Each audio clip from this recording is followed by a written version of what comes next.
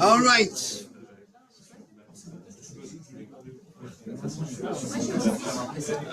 So now we're going to start error detection and correction again. So we look at a number of protocols for a number of systems, and the first system we look at is called the parity error detection system. The parity bit error detection system. And the parity bit, it is probably one of the oldest error detection systems used in computing. It's been used for the longest time, and it's probably used more than any other system as well. And it's still in use, not because it's a great system, but just because it's so ingrained into the system, and it costs a lot more to change, to get rid of it. But we need to know how it works. And this is how it works in very simple terms. First, there are two types of parity error detection system. When a sender and receiver want to use it, usually they need to agree either on odd or even parity system. And what does that mean? The number of ones in a single byte. A byte consists of 8 bits, for example. For example, this example here. 2, 4. So counting the number of ones, this is an odd number. So there are 3, which means it's odd. So if the sender and the receiver agree on using odd system, that means anytime the sender sends a byte, then that byte must contain an odd number of bits. And if we agree on an even number or even parity, then we both must agree the sender must send every byte with an even number of bits. So it's as simple as that. And if the receiver receives odd number of bits as agreed, then it will assume there's no error. And if we're supposed to be using odd, but the receiver receives even number of bits, that means one of the bits must have flipped, changed, and therefore we have a problem. There is an error. We don't know where the error is, but we say there is an error in the frame or the message or the packets. So let's have a quick example. Again, when they started with a group of bits, and they had a few parity bit error systems. Sometimes they have 7 bits of data and they add an extra bit, when we call it the parity bit. Sometimes they have 8 bits and the sender needs to add another bit. So it goes into 9 bits and sometimes even more. So we will just pick one of them, and whatever we do with this, it's pretty much the same with all other systems. So anytime now we have data to send, we need to know what the sender does and what the receiver does to check if there is an error. So let's take an example. Let's say here's an example. We have a frame, a full frame or a full packet. So I'm going to have a few bits worked out. There we are.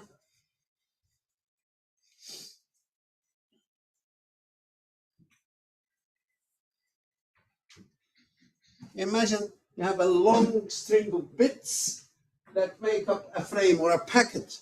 Now the sender wants to send this information. So the sender needs to insert parity bits or extra bits. Remember, in communication, every time you want to get a function done, it always has a cost. You have to send more stuff. And depending on how much more stuff, you can maybe evaluate 2 different ways of doing the same thing, but one of them sends a lot more stuff, so it has a higher cost than maybe another system. So that's one way of evaluating which system or which protocol is better than another. If they do exactly the same job at the same speed, or one of them delivers more bits that should not be sent, then that would be the least favorable one. So let's just see how it works. So now let's say we agreed on, let's pick even. Let's say we said, now the sender and the receiver, they said, let's use even parity bits. That means every 8 bits, that the receiver receives should contain an even number of ones. So now the sender wants to make sure every byte that's sent contains an even number of bits. And what we're going to do, so we're assuming now that we're going to be taking, the sender is going to take 7 bits and insert an extra bit as being the parity bit, the 8th bit. So 1, 2, 3, 4, 5, 6, 7. So this is the first group. Now the sender must insert an extra bit, and the bit has to be 1 or a 0. Now we agreed it's going to be an even parity. That means the total number, including the parity bit, must be an even number. So the sender starts counting how many bits that have the value 1 in this group of 7 bits. And as you can see, 1, 2. There are only 2. That's an even number. So the sender has to insert another bit here. Can insert 1 or a 0. In order to maintain the even number, then the sender must insert a 0. So that's an extra bit that's added by the sender. It's not part of the user data. Now, and then he counts the next 7 bits. So 1, 2, 3, 4, 5, 6, 7. Up to this point, it's 7. The sender must also insert another bit in such a way that the total in those 8 bits must be an even number. So he counts 1, 2, 3. Now, 3 is an odd number. We need to add a 0 or a 1. So in this case, we'll add a 1 to make sure now the total number is 4 ones in this byte, and therefore that's maintaining the even number of bits that have the value 1. And then it keeps going. It counts every 7 bits, 1, 2, 3, 4, 5, 6, 7, up to this point. How many ones are there? 1, 2, 3, 4, 5, 6. That's even. So should I add a 1 or a 0 here as a sender? A 0 to make sure the number is still 6, is an even number. And then looks at the next 7 bits. 1, 2, 3, 4, 5, 6, 7. And looks up here, and there's 1 bit that has the value 1. That's an odd number. We must turn it into an even number. So we need to add a 1 bit.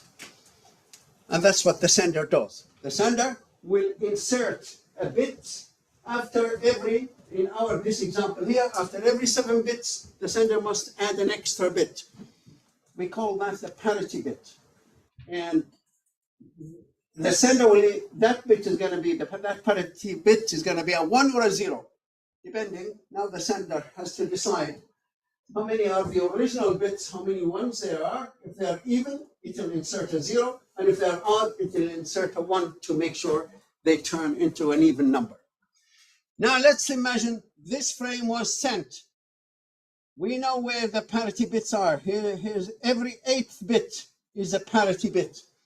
That's not part of the user. So when the receiver receives this transfer of data, it has to use that parity bit to ensure that is there an error or not. And if there's no error, get rid of the parity bits, remove them. So data remains unchanged. So now imagine the receiver receives this and he counts those. How many ones in the first 8 bits? 1, 2. Let's say there's 2. That's even. That's good. Counts the next byte. 1, 2, 3, 4. 4. That's good. The next one.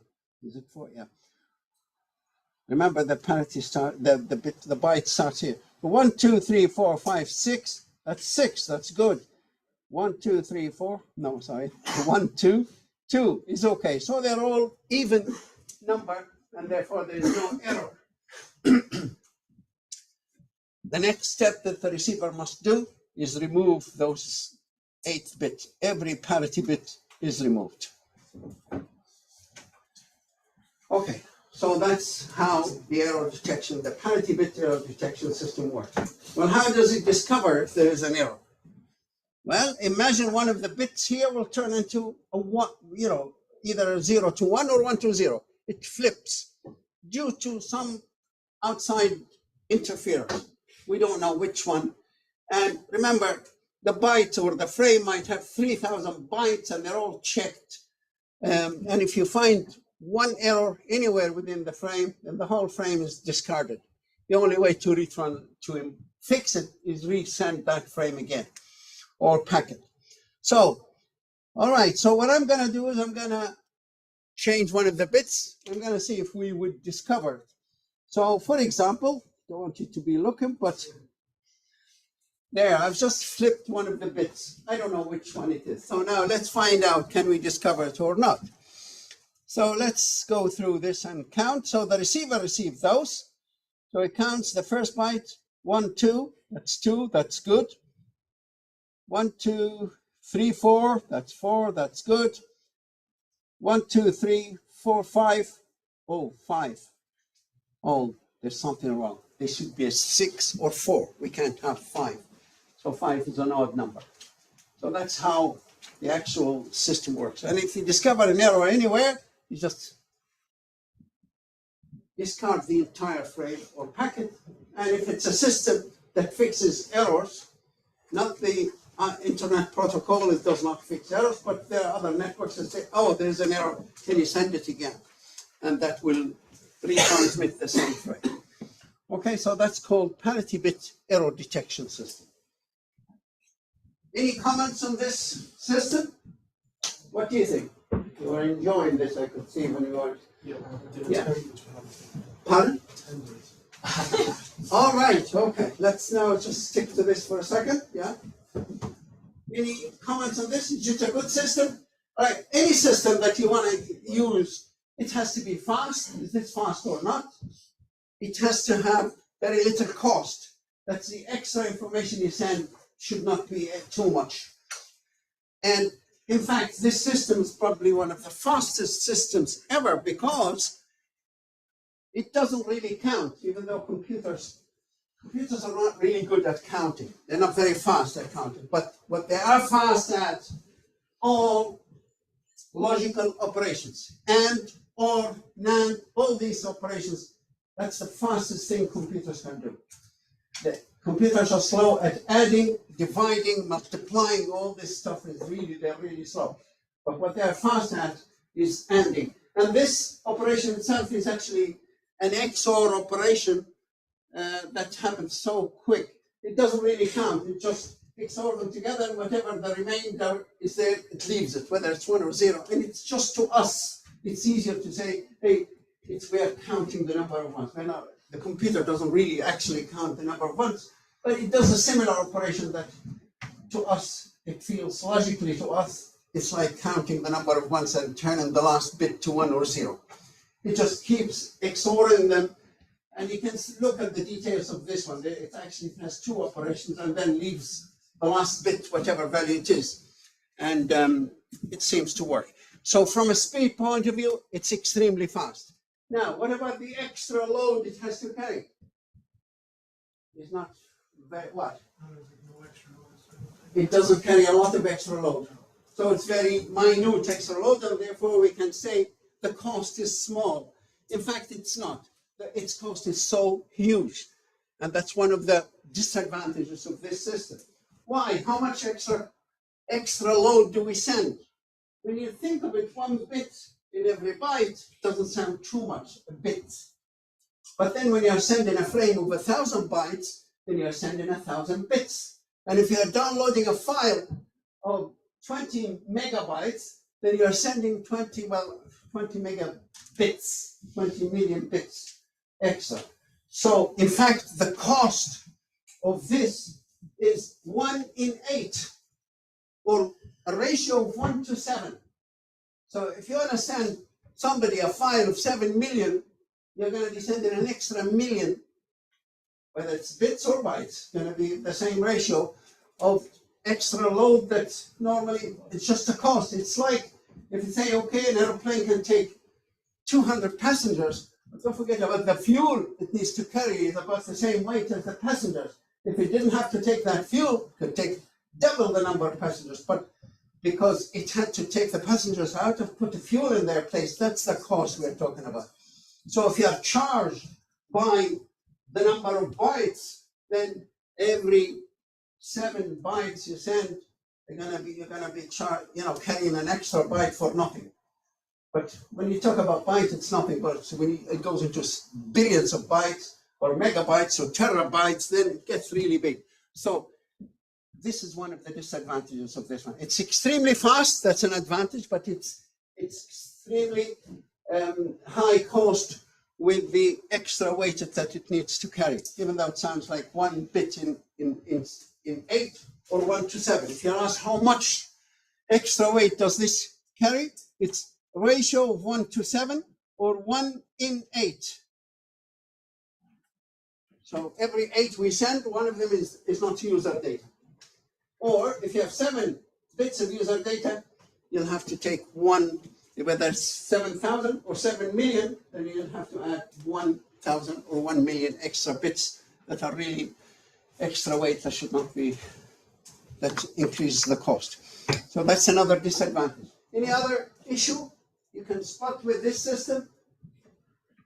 How about accuracy in discovering errors? Yeah? If 2 bits have an error, then the system does not work. If 2 bits flip, it's all right. Okay, I'm going to show you earlier on, I changed that bit and we discovered it. Imagine if this bit as well changed. Is that what you're saying? Yes. So now, if we get to this byte here that has 2 errors, and if we count how many ones are in it, 1, 2, 3, 4, we say 4, it's perfect, there's no error, when in fact there are 2 errors. So that's another little problem with this system. It's not very accurate, it doesn't discover all errors. So what kind of errors it does not discover? Can you tell me? Okay, what about if there are 3?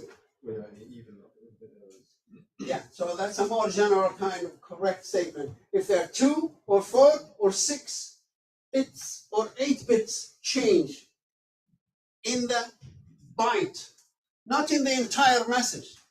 Remember, let's say this bit did not change, this remained at 1.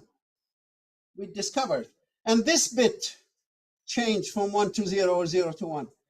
Then we discover this, even though there are 2 bits changed. This bit changed and that bit changed.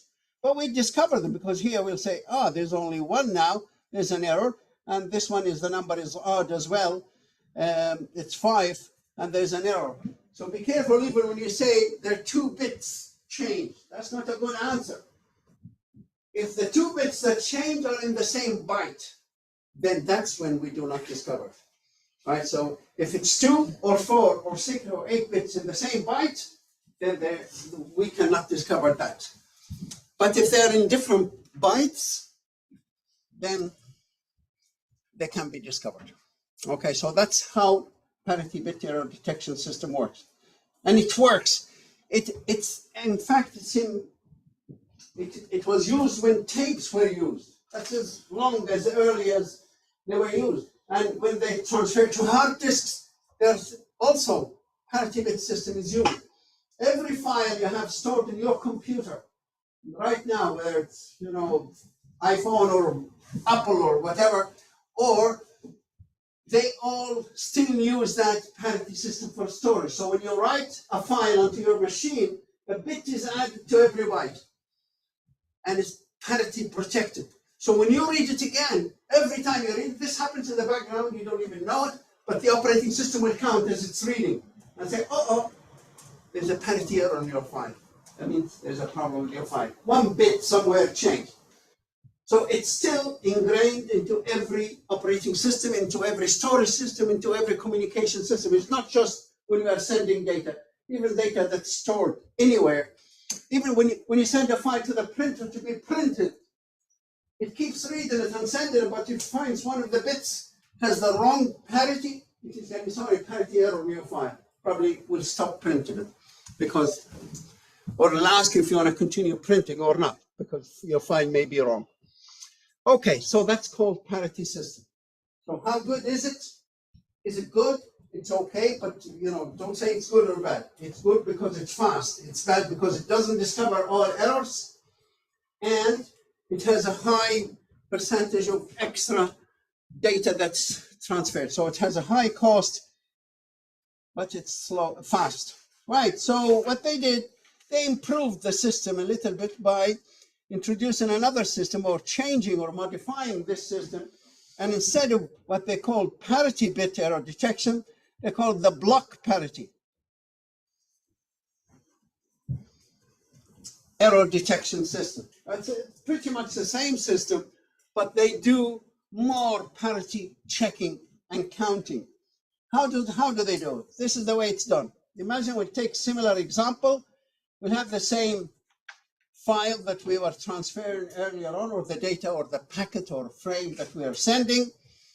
So I'll write it down again. It's 00110000. That's 247. Yeah. And then the other byte, I just put them one on top of the other. It's handier, but they're the same, information.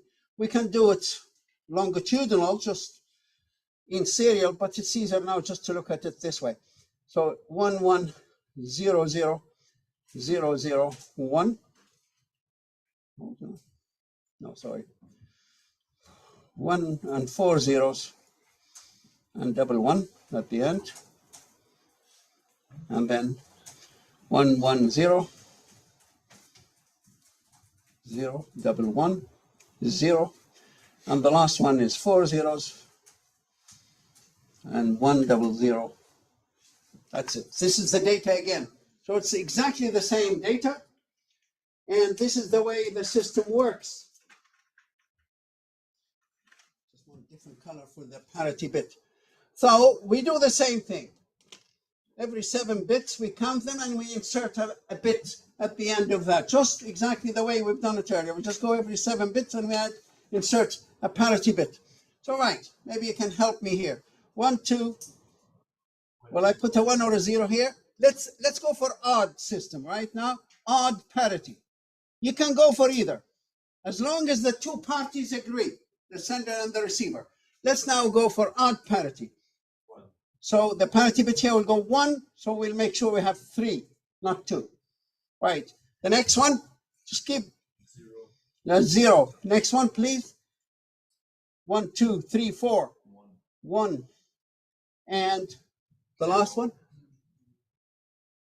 0. Thank you.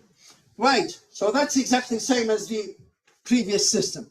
You just keep adding a bit at the end of 7 bits. But the idea of putting them together, they say here, just go for the first bit and the first bit here and the first bit there and count them and add another bit at the very end. So it's like putting them in a block or in a matrix, and look at them now, count each column.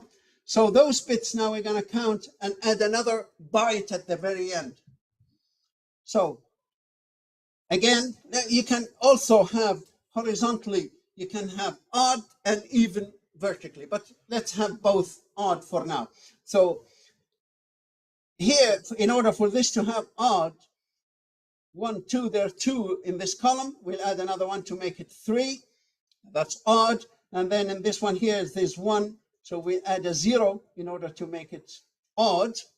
Okay, do you get the idea? Same thing we done for each byte. We do it for each column in the frame. Remember, the frame could have 1,000 bytes. So we're going to go on the first bits of every byte, you count them and then add a 1 or a 0 at the end. And then the second bit and then the third bit. So this one also will go a 0. So the total number of ones in this column. And also here is a 0. And here is a 1 because 1, 2, that's 3 here. And 1 there. And 1, 2 is, we add a 1 to make it 3. And there's only 1 here. So we'll add a 0 to make it 1 odd. And 1, 2, and add another 1. And that makes it 3. So this, what you need to know is that those last bits, those last byte is parity byte, x08, and all these bits are x08. But it's not a big change from the previous system.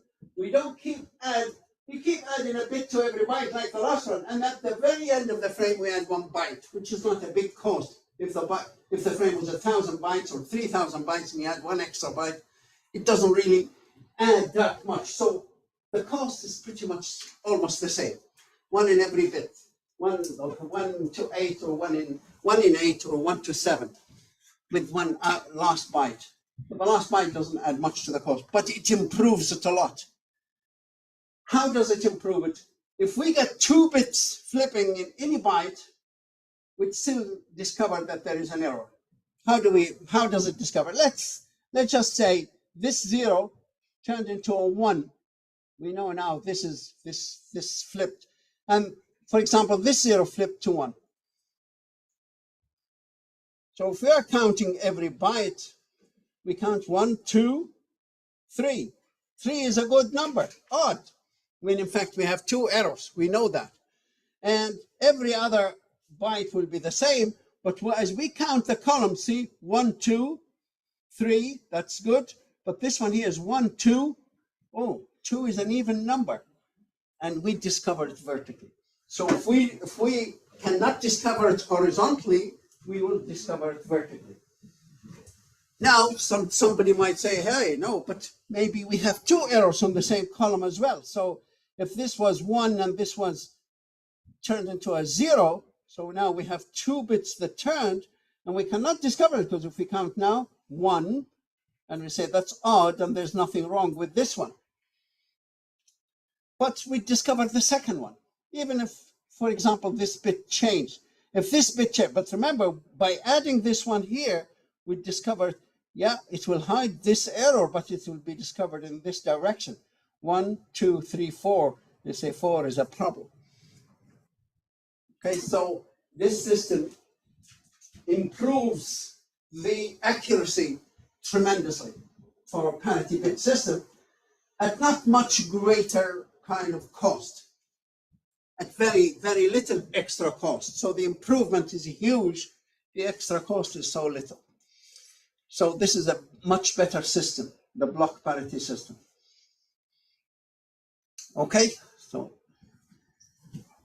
but even in this system, there is a situation where you can have errors and they cannot be discovered, even though you're checking them vertically and you're checking them horizontally. And the situation can happen if, for example, we have 4 bits, 2 in one column, on one row, and the other 2 are on another row, but they're all in the same column. Something like this. Imagine if there's a box, if you can draw a box in this matrix, or a rectangle, or a square, and the corner bits flip. And if those 4 corner bits flip, we would not discover them. Now, so let's do that. Let's just change this one to a 0. That's already, so we're just after changing those 4 bits. Now, if we count horizontally, 1, 2, 3, 4, 5, they say, oh, great, there's no error when there are 2. And if we count vertically, 1, 2, 3, that's vertical. Again, it's odd, there's no error, when in fact there are 2. And same, because those 4 bits will be exactly on the same 2 columns and the same 2 rows. Okay, so another example, if that bit flips and this bit flips, and maybe that bit flips and that bit flips. So here's another rectangle. If we get those 4 bits changing, then they would not be discovered. It's very unlikely that those specific 4 bits, normally when you get a group of bits, you get them in a cluster kind of, you get a noise or magnetic charge or something that changes a group of bits, not pre-selected positions and locations. So this is a much better, much more accurate block parity system than the previous, the standard parity bit error detection system, but it's not used a lot. It's still, the cost is still enormous for parity system altogether. So parity system has a huge cost. How much, what's the cost of parity error detection system? 1 bit per byte, 1 interrupt. So. Okay, do you have any numbers? What's the number of the errors in, what's the extra weight carried in parity error detection system, parity bits? Any idea? 1:7. A ratio of 1 to 7 or 1 in 8. If you're asked how much redundant, in fact the word is used is redundant data. The redundant data is the extra data that's not part of the user data that needs to be sent with something, the extra cost. How much redundant data is sent with parity bit error detection systems? You should remember 1 in 8 or a ratio of 1 to 7 in general, unless if they're using 8 bits and they add another bit, so it's going to be 8 to 1 more. But this is the basic idea. So this is a much better improvement to parity system, but it didn't make it the actual, fantastic material to use. So we look at the next item is called CRC error detection system. CRC stands for cyclic redundancy check.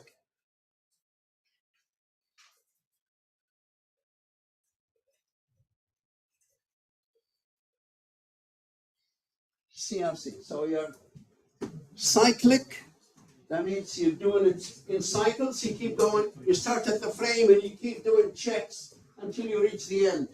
And you keep adding redundancy. Redundancy, that's the extra, data that needs to be added to the user data. CRC is probably one of the least cost used. It generates the smallest amount of redundancy of any error detection protocol known. And it's one of the fastest as well. So this is, so far, is probably one of the best in the world of communication. And it's the most used one as well. And you need to know how it actually works. And it's reasonably simple. The idea is simple. So first I give you the general idea.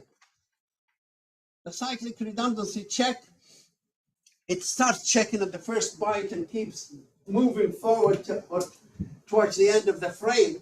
And the other good thing about it, it's so fast because it also uses logical operations. It uses the XOR operation.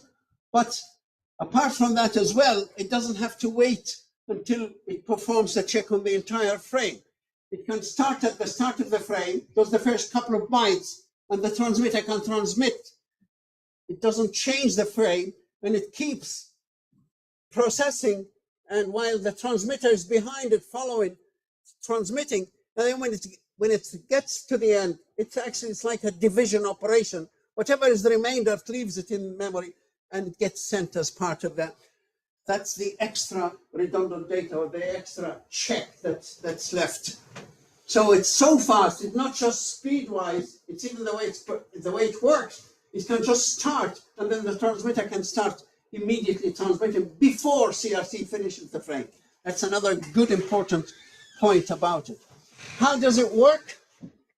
It's kind of, I'll give you the idea first, and then we do it the way it actually does it in binary. But imagine it looks at the data as numbers. Right, so imagine we have data, let's say we have a data of 35. Or 38, let's say, maybe it's better, I don't know which. Okay, let's say we have data. And the sender and the receiver agree on some number, a divisor. They call it a divisor or a generator, the one that generates the CRC. And let's say they agreed on 5 for now. This is just doing it in decimal numbers, just to see how it works. So what this does, it divides your actual data by the agreed divisor. Let's say 38 divided by 5. Anybody knows what the result is? 7, right? We're not interested in the 7. We're interested in the remainder. 7 times 5 is 35. So the still remainder is 3. It says, complement this 3 to 5. What would it take to make this 3 5, turn it into 5? We add 2 to it. So you say, okay, that's what we need to add to this number as our CRC. So if we had this number instead of 38, if it was 40, it would divide by 5 without any remainder. Or remainder is 0. Okay, so that's the general idea. So what the sender would send you the data 38 and would send you that complement, that number at the end. So as a receiver, you receive that. You say, okay, that's 38 and 2, that's 40. We look at it as one number. Divided by 5 it's 8, 8 times 5 is 40, remainder is 0, perfect, then there's no error. Imagine if during transmission, just this 38 turned into 37, for example, just something happened there. So you, instead of 38, you receive 37 plus 2, which is 39. Divide that by the generator, 39 divided by 5, it's kind of 7, 7 times 5, 35, and you have a remainder 4, it's not a 0, then you say, hey, there's something wrong. I should get remainder 0. That's the overall idea. So the program will start dividing and keep division. It's like the long division. You keep doing it, and when you reach the end, you give the complement of whatever is remaining. But in binary, you don't have to find the complement. It's already the binary is 1 or a 0. 0 is the is a complement. So whatever is remainder is also a complement in binary. So let's do it in binary, see how it works. And you need to know how to do it. You'll get a question in an exam. Here's, this is the frame received, or sent. You are to send a frame. What CRC will go at the end of this? Or you have received this frame with the CRC. Does it contain any errors or not? So this is the way we're going to do it now. So first CRC, we'll do it as a sender. So there are two sequence of events that you need to do, either as a sender or receiver. They're very similar. There's only one difference between them, and we'll work it out. So the first thing, I'll just write here the rules. Imagine this is the number we get, the data, and this is the generator. Let's say we agree, the sender and the receiver must agree on a number.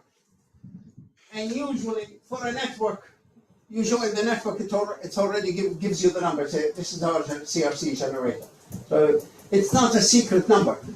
In fact, there was a lot of research done on it over many years ago, and they found in the world what is the best number that will give us the best results, and it's written in a kind of a protocol and a standard in the world, and they found those 4 numbers there, or maybe 12 numbers, and said these are fantastic numbers. So most networks in the world, they use exactly the same number. So it's not a secret number, but it's a number that will give you good results for error detection. All right, so let's now, for now, imagine the generator is 5, which is in binary 101, and here's the frame that we want to send out. So how do we do it?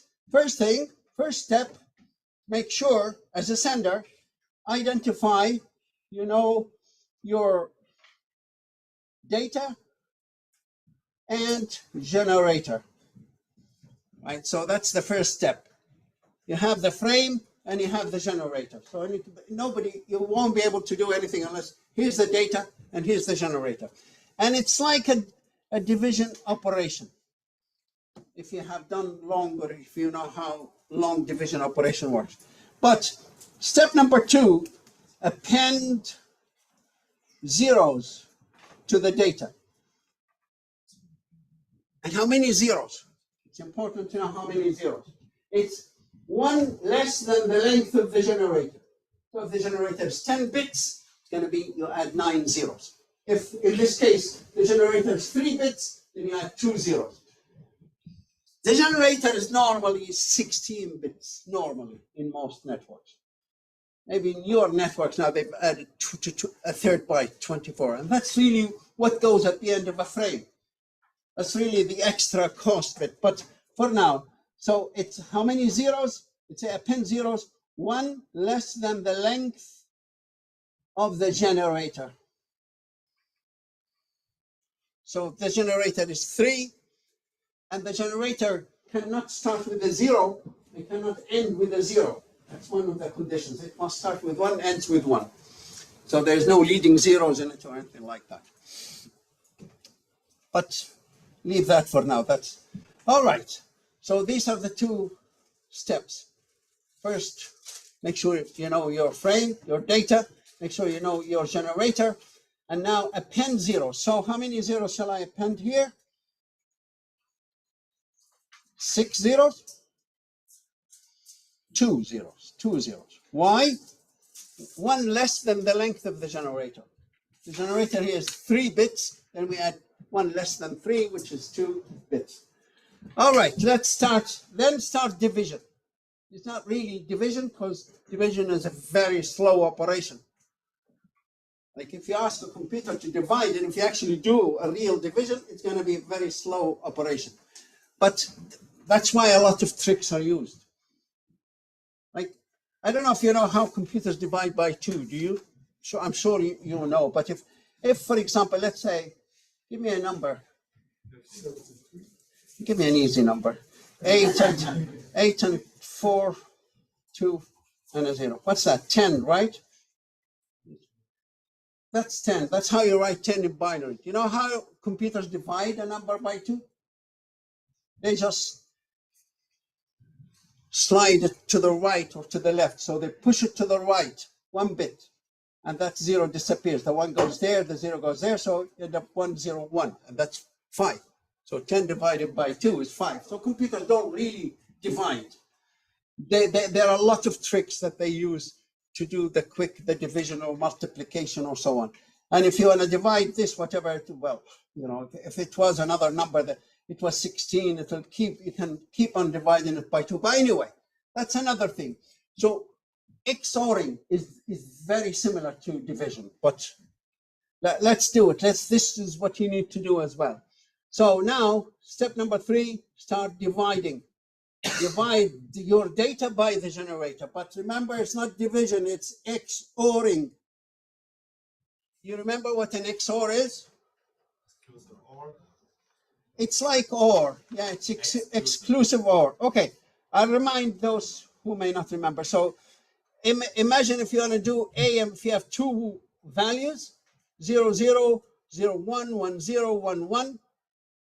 And what's ORing? What's the result? A or B?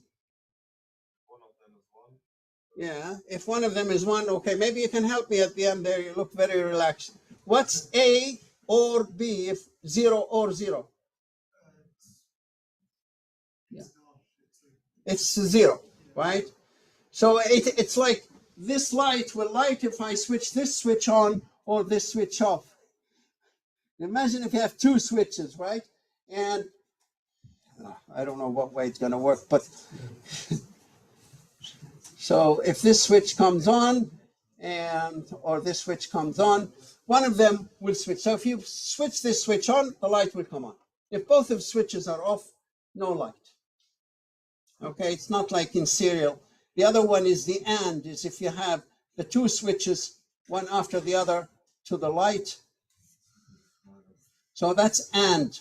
So you must switch this on and that on in order for the light to come on. But the OR, either of the switches will come on. So if the 2 switches are off, light's off. If the second switch is on, the light would come on. They come on. So that's OR. But what's XOR? That means exclusive. We can't have the 2 switches switched on. So if the 2 switches are switched on, you still have a 0. The light will not come on. So that's the only difference between OR and exclusive OR. So exclusive OR is like division. Let's see how it works. Now, let's do the division here. Every time you want to divide, we don't care what goes in here. We're not really interested in the result 1 or 0. Remember, it's either going to be 1 or 0 at the top. But we're not interested in that. We're interested in the remainder. So if it's 1 or 0, well, if it's 0, this is smaller, you can't divide it. You put a 0 and you look at the next bit. But if you have 3 bits, we'll go with it. Any zeros on the left, like left zeros, you can ignore them. You need 3 zeros that start with a 1. And if we have 3 of them, we'll assume it will divide, and the result is 1, multiplied by that, and put the number there. Just to make it easier for you, this is the way to do it. You don't have to know how division is done, but if you do this, just take that and put it underneath this one, right? Whatever the number it is. And then, normally in long division, we subtract. But this is where, there, we subtract here. But we don't subtract. This is where we do the XOR. So the XOR, 1 XORed with 1. Anybody remembers where is that little XOR? There it is. 1 XORed with 1 is 0. 0 XORed with 0 is 0. And 1 XORed with 1 is 0. So we actually have 3 zeros. Okay, 3 zeros, we can wipe off the zeros on the left, they're no good. So we bring down the next few. Sometimes you only need to bring down 1 bit or 2 bits, but this time we have to bring actually 3 bits, the 1, and the 0. You need to do this, guys, so pay attention. Right, and now divide by this. Again, all you have to do, once you have 3 bits, same number of bits, then you bring down the same number, the divisor, and do another XOR. So 1 XORed with 1. Okay, just to make it simpler, for me anyway, that's the way I know XOR. If they're the same, the result is 0. If they're different, the result is 1. So 1 and 1, they are the same, it's 0. These are different, then the result is 1. These are different, the result is 1. Right? So now get rid of the 0 on the left, and I suggest you cross it out because people forget it and they start using it. Unless you know for certain you'll never use it. But I'd cross the zeros out. Now we have 2 bits. How many bits do I need in order to continue? 1 more. So bring down 1 more bit. So it's 111 divided by 101. All you have to do, you don't have to worry how is it 1 or 0. Just put the value there. 101 and XOR. So if we XOR this, it's a 0, 1, 0. And I'm going to get rid of this again, the 0 on the left, the leading 0. Bring down the next value. 100, bring down the 101, and it gives us 001, because they are the same, 11 and 00, they give results here. Get rid of this, and then bring down the next value, 0. There are no more bits, and that's it. We don't have 3 bits to carry on. So that's where we stop. And thou shall be our remainder, and it's also shall be our complement. And that's what goes with the end at the end of the frame. So this is the remainder. But how many bits do we go? Sometimes, imagine if it was 0, 1. That means there's only 1 bit that has the value 1. How many bits do we send? You must send those. You added 2 zeros, then they are replaced by the 2 bits from here. So this is handy because it's 1 and a 0. We can't drop the 1. But if it was 0 and 1, you must also actually include 0 and 1 in the data. So the number of bits that you send at the end, that remainder, that's what we call CRC. That's what goes at the end of the frame. So now, as a sender, if I say to you, do the calculation and show me the frame, including the CRC. So you say the frame does not change. It's exactly the same. 10, 111, 01. That's the frame. And what's the CRC? Or frame check sequence, it's 10. So it goes at the end. This is the frame. The data never changes. And at the end of the data, we send what they call this field. There's a field in every frame. And it's called CRC frame. Some people call it CRC. Officially in the protocol, it's called frame check sequence. So it's the sequence that's used to check the error in a frame, FCS. It doesn't matter. You call it CRC for now, or you call it FCS. In an exam, it doesn't matter. It's both names are used. But that's now, if you take that frame with this frame check sequence, now if you divide it by that generator, it will divide without remainder. And if it does, then that's what the receiver does. So now, let me just write the last step here. So if you want to do it yourself. So first you identify your data and your generator. Then append a number of zeros to the data, to the frame. How many zeros? One number of zeros is 1 less than the length of the generator. There are many other ways of finding out, but this is probably the easiest way to remember. And then divide the whole frame with the zeros you appended by the generator. But remember, it's not really division. It's XORing. It's a really, really fast operation. It's a logical operation. That's why this is very fast. That's one reason why this is fast. The other reason is if this is 3,000 bytes, and it starts and moves after a few bytes, then the transmitter can start transmitting while this one is doing the calculation. And when you finish with the calculation, the bits are already there in memory, they get sent. So this is really, really fast. And then divide, and whatever remainder you have is also going to be your CRC that's going to get sent. And finally, that's what you append. So append that CRC to the frame, to the real data. Not that, remove those 2 zeros you add in and you put those as a remainder. If you were a receiver and you receive this, automatically you should know where is the data and where is the CRC, where is the extra bits that were added. Because, how do you know? Because you will know the generator the network uses.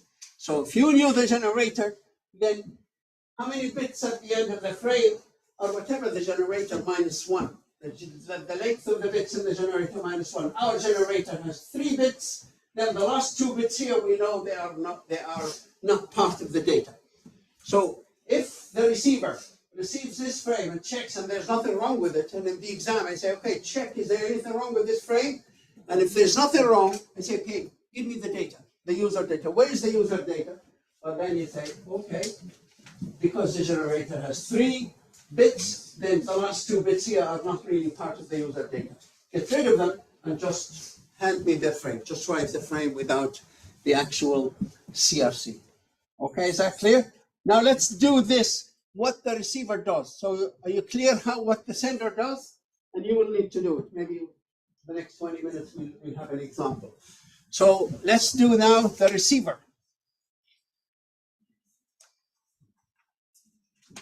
Imagine now this is the frame that was received.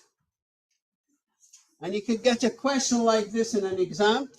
It says, here's the frame you received. This frame was received 1011101110. Doesn't tell you which part of it is the data, which part is the CRC. And it tells you the generator is 101. Can you check this frame and see if there are any errors in it?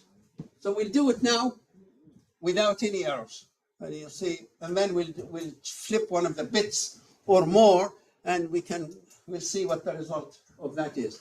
So this is now the receiver part, not the sender. What does the receiver do? Almost same steps. First, identify your data.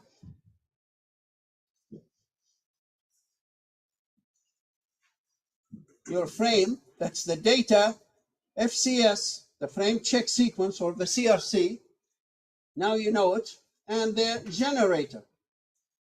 So you should have, that's the whole frame, that's the generator, and this is the part we know what is the added part. Right, step number 2. Do we add zeros? Like in the sender, we say append zeros. Because we don't append zeros in the receiver. But because students forget and keep adding zeros, I write do not add zeros.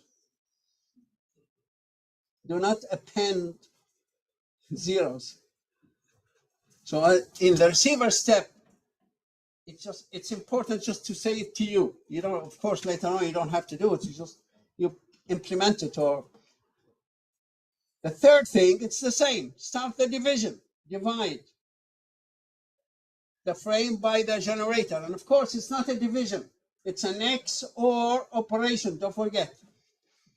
So there it is. So far, really, you don't have to do anything. You can just start dividing immediately. We know here's the frame. We know this is the generator. And we're going to divide this. We're not going to append any zeros. And we already know where the CRC is. How many bits at the back? It's because the generator is 3. We know those 2 parts here are not part of the user data. So if everything goes well and no errors, we take this part and say, here's your data, the user. We just get rid of the last few bits, provided there are no errors. Now let's start dividing. It's again the same idea. You don't have to, we are not interested in the numbers up there. We're only interested in what goes there. And he's just keep bringing the generator at each time and keep, doing the XOR. So we bring the generator 101, and that gives us 3 zeros. Get rid of them all. We have to bring down 3 bits, 110, and bring down the 101 underneath it, and do the XOR. That's, anybody knows? 0, 1, 1. We remove the last 0, or the leading 0. We bring down the next 0 bit. It's 101. And again, it's 011. And I suggest you use these arrows to bring down these bits, because sometimes you bring the same bit twice, or you skip a bit by mistake. So it's a good idea to, okay, now I'm working on this bit, bringing it down. There it is. So now, and we keep bringing down this 101, this generator, and it's 010. And bring down the next 1, and it's 101, 000. They're all gone. Bring down the next bit. There's only the 0, and as you can see, what we are left with, the remainder, is 0. And that's what we write here. If the remainder is 0, well, if the remainder is not 0, if remainder does not equal 0, then it means there is an error. Yeah. So if the remainder is not 0, that means there is an error. What if the remainder is 0? If the remainder equals 0, it should mean no error. But, just one second, but there's a very kind of small chance, very, very little percentage, and I'll tell you about it later, that they may be actually one time or a couple of few times where there may be an error and you still get a 0. And therefore they say, we can't say 100% whenever if the remainder is 0, that means no error. If you say no error, you still get a good mark. But it's more accurate to say most likely no error. If you say most likely no errors, I mean, I know you're probably saying 99.999%. Okay, and you get the full mark. If you say no error, you get 9 out of 10. You don't get that. Yeah, what's your question again, please? Oh, sorry. Say again? Oh, okay. I thought you were going to mention that bit that you think it's wrong. That sometimes I put an error by intentionally, and see if you're following. No, but this time I didn't do it. Okay, so that's how the receiver works. Now, let's try an error. Let's try the same example with an error. Let's say 101111. Okay, let me change one bit without telling you which bit I've changed.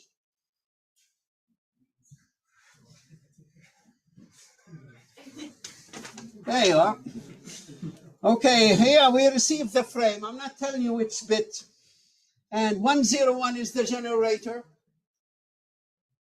Okay, I will not show you the original data now. I'll just have the same rules or the steps of what we should do as receivers. What should a receiver do?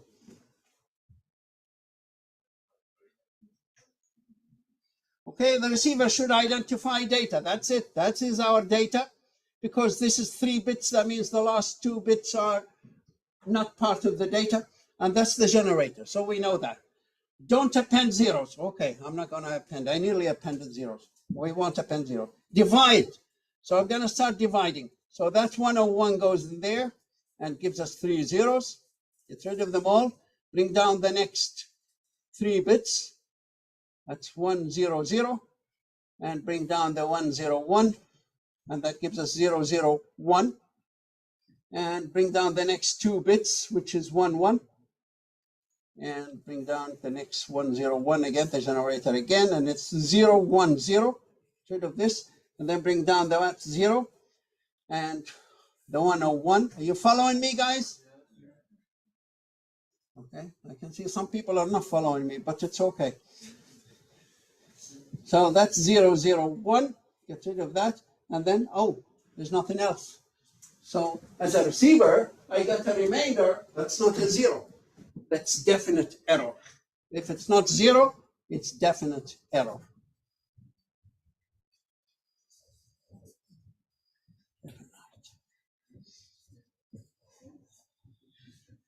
If it's a zero, it's not a definite perfection, right? Most likely it's okay. Okay, so that's an example with an error.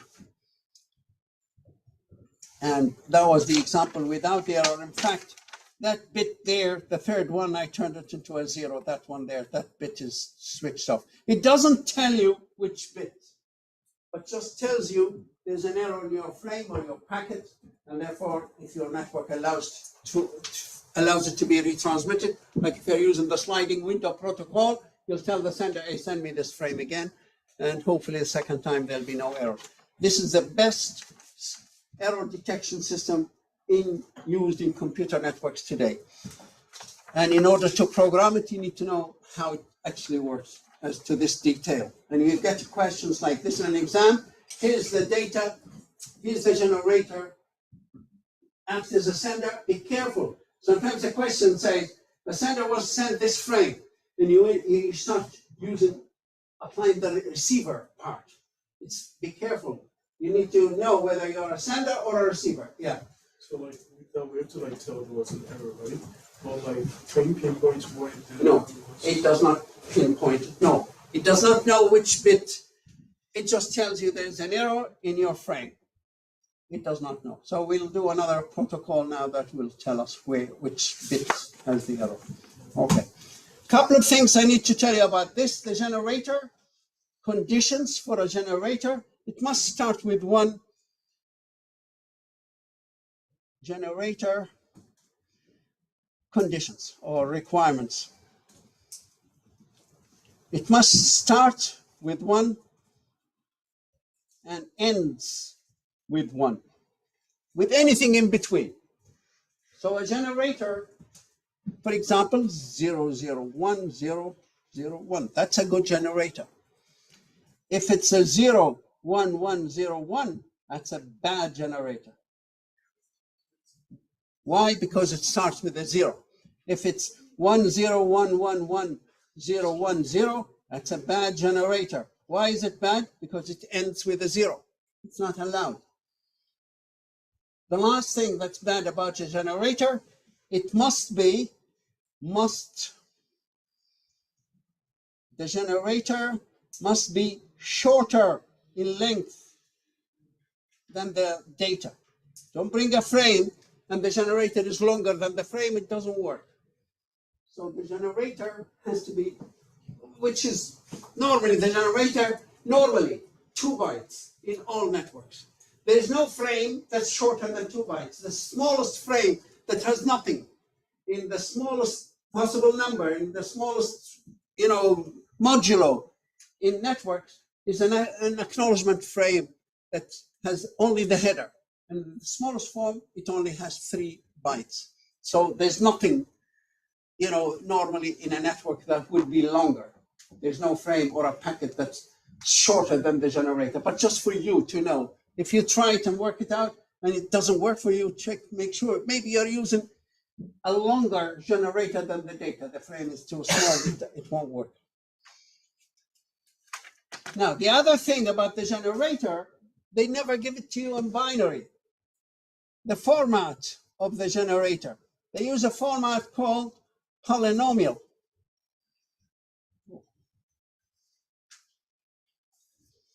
Polynomial format. What's the polynomial format?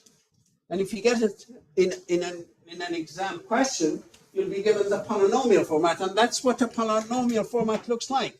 X to the power of 4 plus x plus 1. That's how you get the generator. Or x to the power of 7 plus 1, or something like that. And the way it works, you need to convert. First thing, you need to convert this polynomial into binary before you can use it. And why? Why do they use the polynomial? Because in binary, that very long string of ones and zeros, you can make mistakes. The polynomial just gives you the ones. It doesn't give you the zeros. Okay, so if the fact this one reduces kind of the size. So what does that mean? Okay, let's start. X to the power 4 is the location. So you always start from the left. So first one we have, they should be a power available, x to the power 4, x to the power 3, x to the power 2, x to the power 1, and the last one is x to the power of 0, which is 1. Any number that's power to the 0, like the number 37 to the power 0 equals 1. Anything to the power of 0 is equal 1. And okay, so the last number has to be on the right, has to be 1. So this one here, if it starts at 7, x to the power of 7, that means there's x to the power of 6, 5, 4, 3, 2, and 1. The one that have the value replaced by 1 are given to you, and the ones that are not given to you, replace them with zeros. So we have to be given the first one, that's x to the power of 4, is replaced by 1. Are we given x to the power of 3?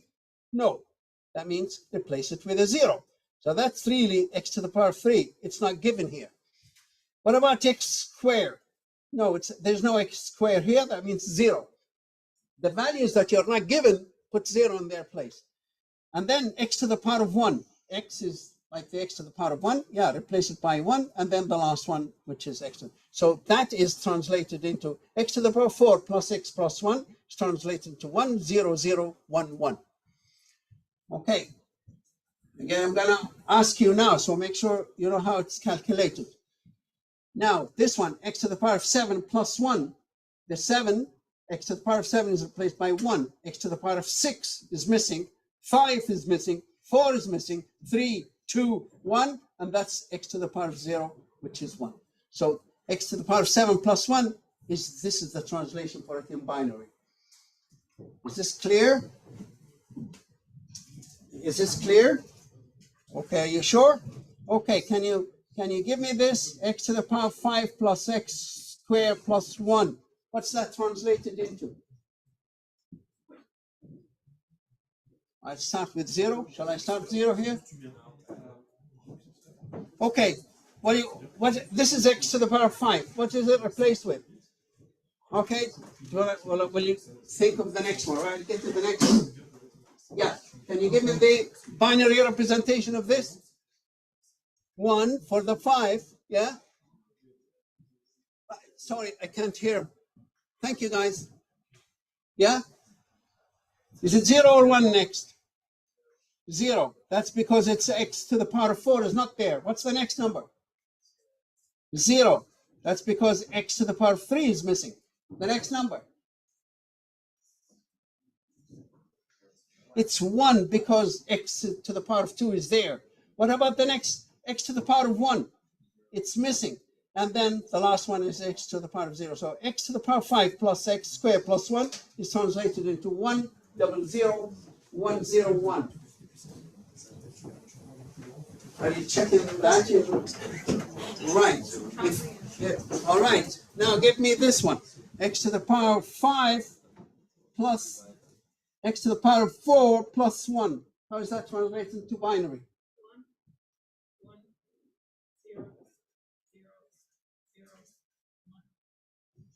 0, 1. All right. Try to catch you there. Okay. Correct. All right. The guy at the back there in the middle, yeah? You want to just try this one?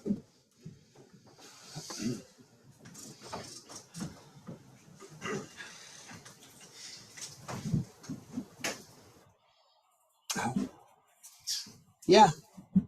1, 0, 0, 1, 0, 1.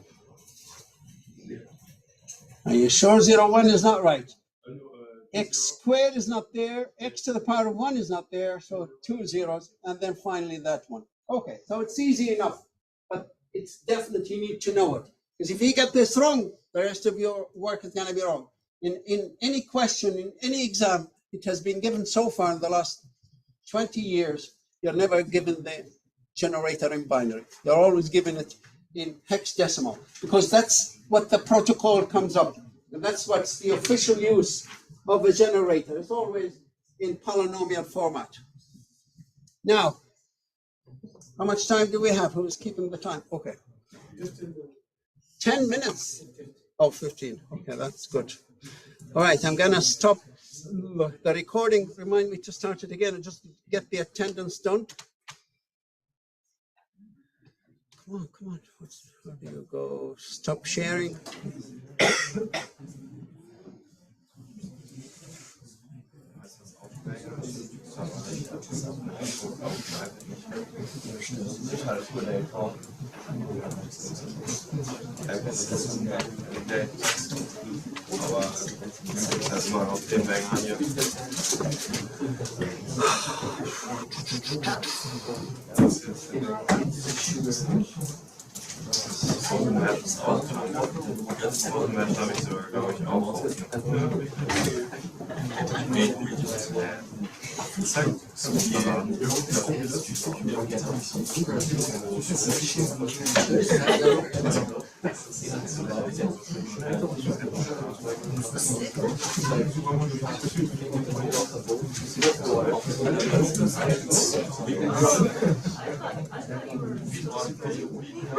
Okay, it's starting now, so please do start.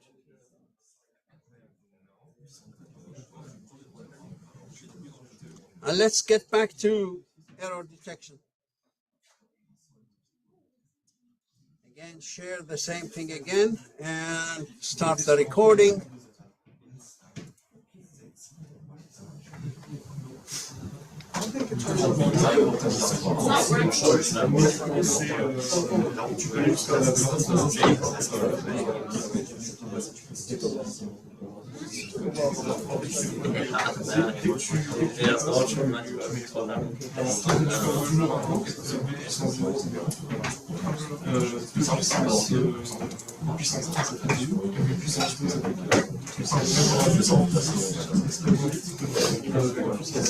So what's the advantage of CRC? Is it slow? Is CRC slow? No, it's very fast. Why? Because it only has 1/8 of extra bits. No, that's not speed. That's the redundancy. Okay. Why is CRC is fast? They were right about this part. Because your operation it's really fast for a computer to do. Because logical operations are extremely fast. Because it only uses logical operations. It uses the XOR. Anything else? Advantages? Okay, other than speed, what else would you consider now the difference between parity, error detection, and CRC? We know they're both fast. They both use, logical operations. With parity, we can detect where the errors are. Okay, error, right. It's more accurate at detecting errors. In fact, it detects 99.999 of all errors. It discovers all odd parity, odd changes, or odd number of errors. So if there is a bit, 3 bits in the frame, or 17, or 63, or any odd number, it will discover them 100%. And if it's an even number, if it's less than the length of the generator, discover it 100%. If it's longer than the generator, it is discovered by 99.99%. So it's very, very, very accurate. Right. What about redundant data? What about redundant data? How is it better than parity? It has only a small amount of redundant data. So it only sends a small amount of extra data that's not part of the user data. Compared to the parity error detection system, it's superior. It only sends very small number of bits. Like in real networks, less than 16 that the generator that gets sent. But now let's look at another system. And the other system is called Hamming code. That's system number 3, I think, or 4. So we looked at parity error detection systems. Number 1, number 2, we looked at the block parity, an improvement to parity. Number 3 is CRC. Now we look at Hamming code. And Hamming code is based on parity as well, parity error detection system. But it kind of looks or divides the data into groups, and every group is kind of has its own parity. Okay, a good example is, look at this. Imagine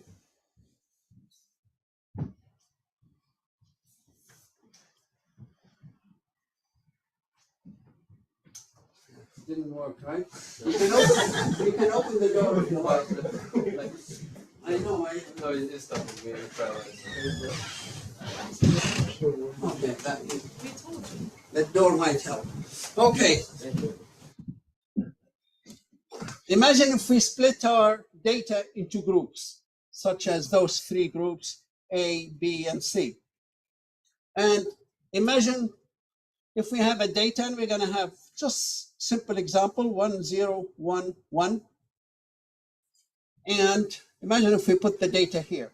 That's 1, 0, 1, and another 1 here. This is our data. This is data 1, data 2, 3, and 4.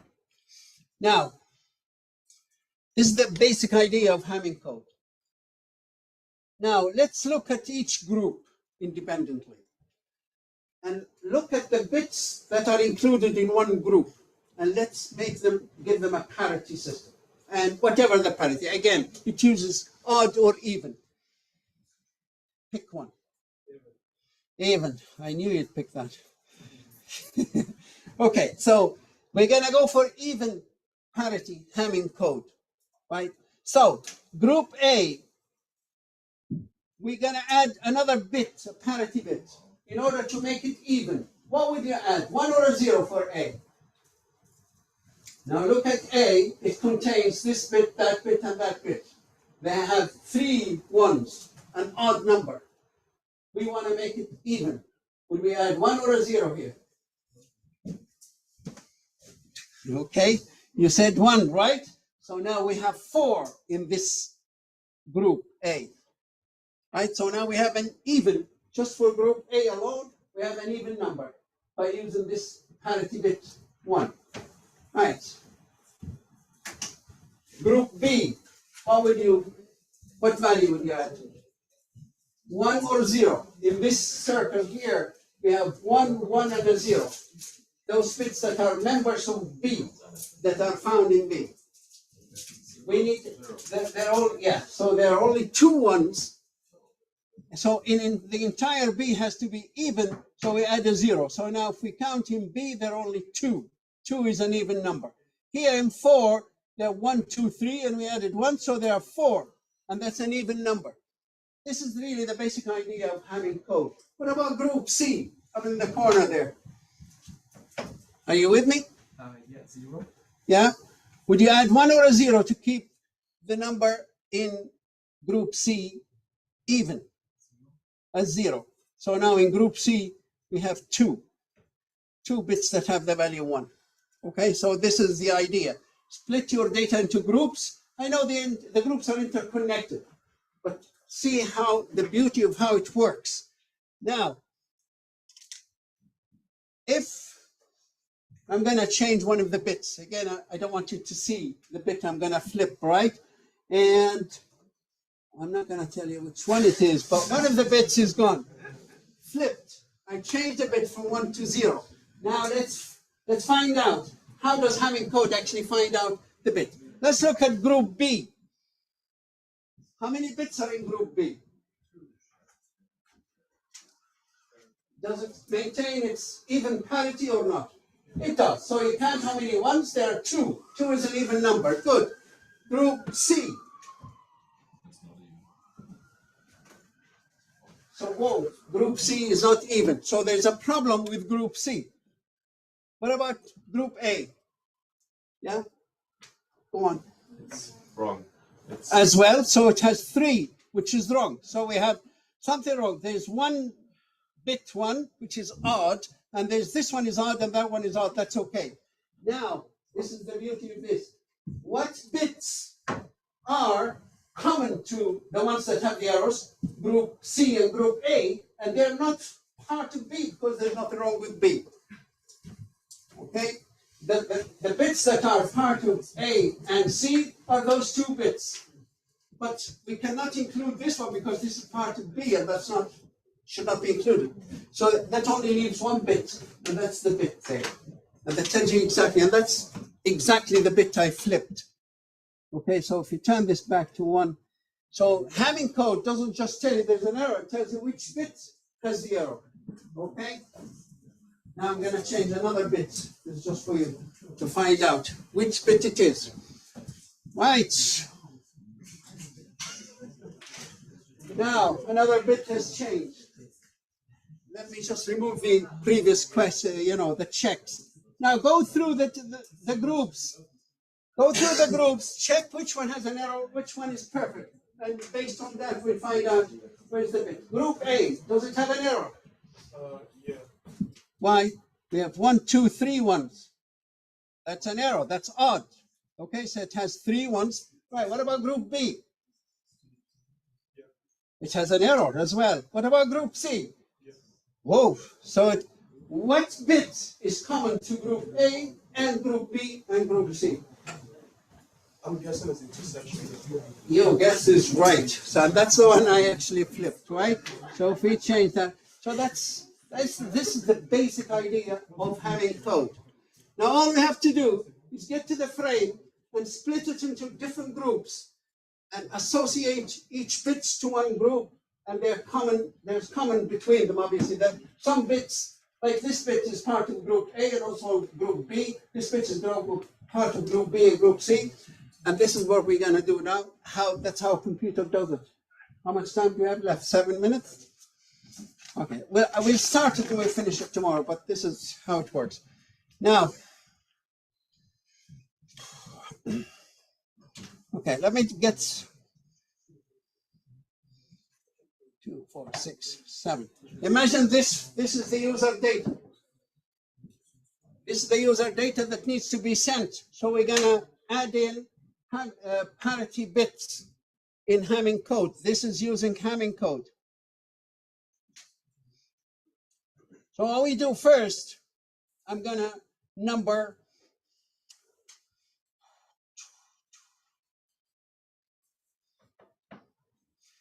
the bits 1, 2, 3, 4, the locations 5, 6, 7, 8, 9, 10, 11. So when we keep going, like we have a frame, we're going to put those data bits in certain places, and we're going to put the parity in certain places. Now, the parity bits are bit number 1, and duplicated number 2, and duplicated number 4, 8, 16, 32. So these bits, this location here, that's parity bits. 1, 2, 4, 8, and so on. So that's the first thing that we need to know. In the frame, don't put any data in parity 1 or 2 or 4 or 8 or 16. They belong to the parity bits. Now, let's fill in the data in the remaining. So the first bit will go in the first available spot, which is this one here. So 1 goes in here. 0, we can't write it here. That's 4. That belongs to the parity bit 4. So the 0 goes there. The next one goes there. The next one goes there. The next one doesn't go in 8. 8 is a parity bit. So 0 and 1, right? So I think that's, no, there's 1, 1, 1. There should be another one here. Sorry, I beg your pardon. All right, so we filled in the data, but we made sure we did not put anything in the parity bits. Now we have to find out what parity bits. So every parity bit is associated with few bits. Now all we have to do is decide which bits are associated with parity 1, and then parity 2, and then parity 4. So we go by the position, right? And then parity 8 at the end.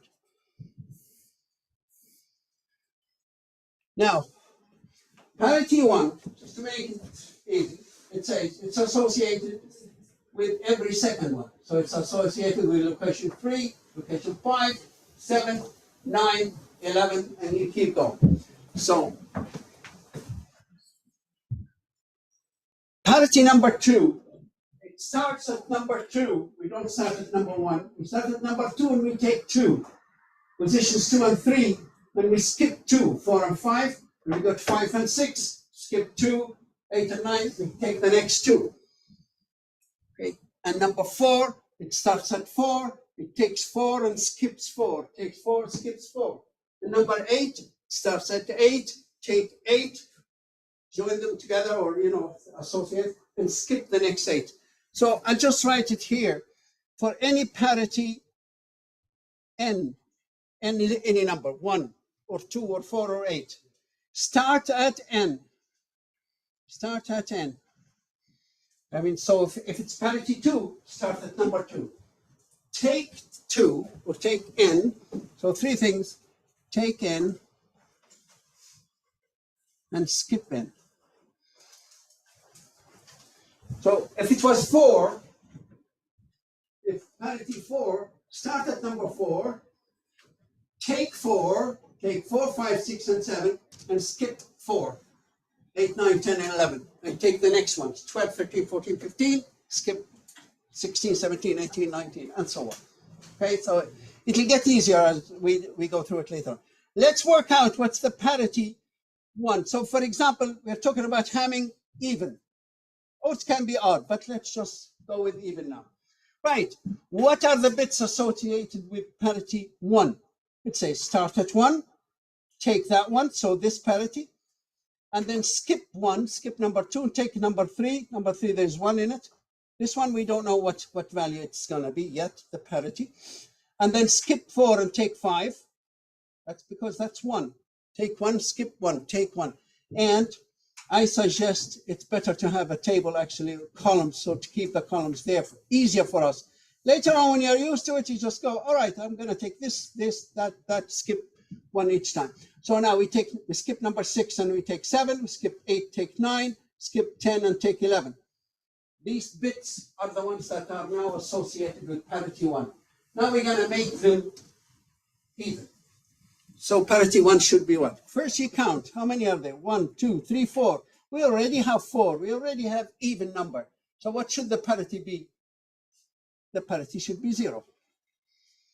Okay, because we already know all the bits that are associated with parity 1, now they have 4 ones, and that's an even number. Let's go to parity 2. Start at number 2, which now we don't know what it is, but take 2 and 3. And skip 2, 5 and 6, we skip them. We take 7 and 8. That's 1 and nothing. That shouldn't actually flip there. 2, 4, 5, 6. Yeah. We take 2 and 3, skip 4 and 5. That's why it's good to have tables. So we skip 4 and 5 and we take 6 and 7. And then we skip 8 and 9 and we take 10 and 11. Right? So you start at number 2, you take 2, skip those 2, take 2, skip 2, and take the next 2. And count how many ones are there. 1, 2, 3, 4. It's another 4. That means this is already even. Don't add another one. So this one should be a 0 as well. This is turning out to be a very easy example. Okay, let's go to parity 4.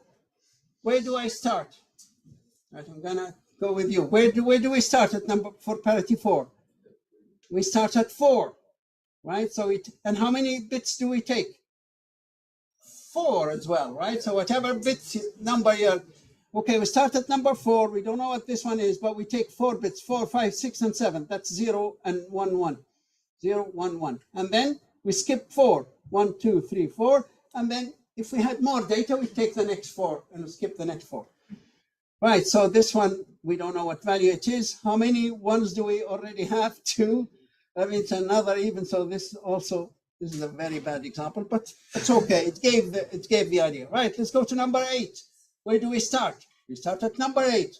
How many bits do we take? The next 8. So we take 8, 9, 10, and 11. So that's 1, 0, 1, and that's another 2, and that's okay. This is. So now we've already worked out the bits. So the 0 goes in here, 0 goes in here, and 0 goes there. So each bit is put in that place. Well, we write it down. So this is how the frame is sent. 0, 0, 1, 0, 0, 1, 1, 0, 1, 0, 1. That's the new frame that gets sent, including the parity bits. And tomorrow we'll check out how do we actually check the receiver. We'll go over this again tomorrow.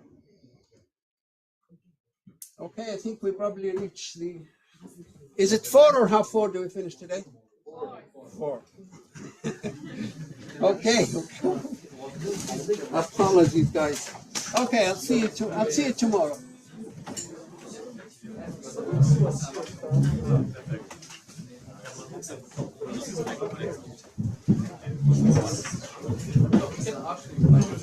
But that's in a way more.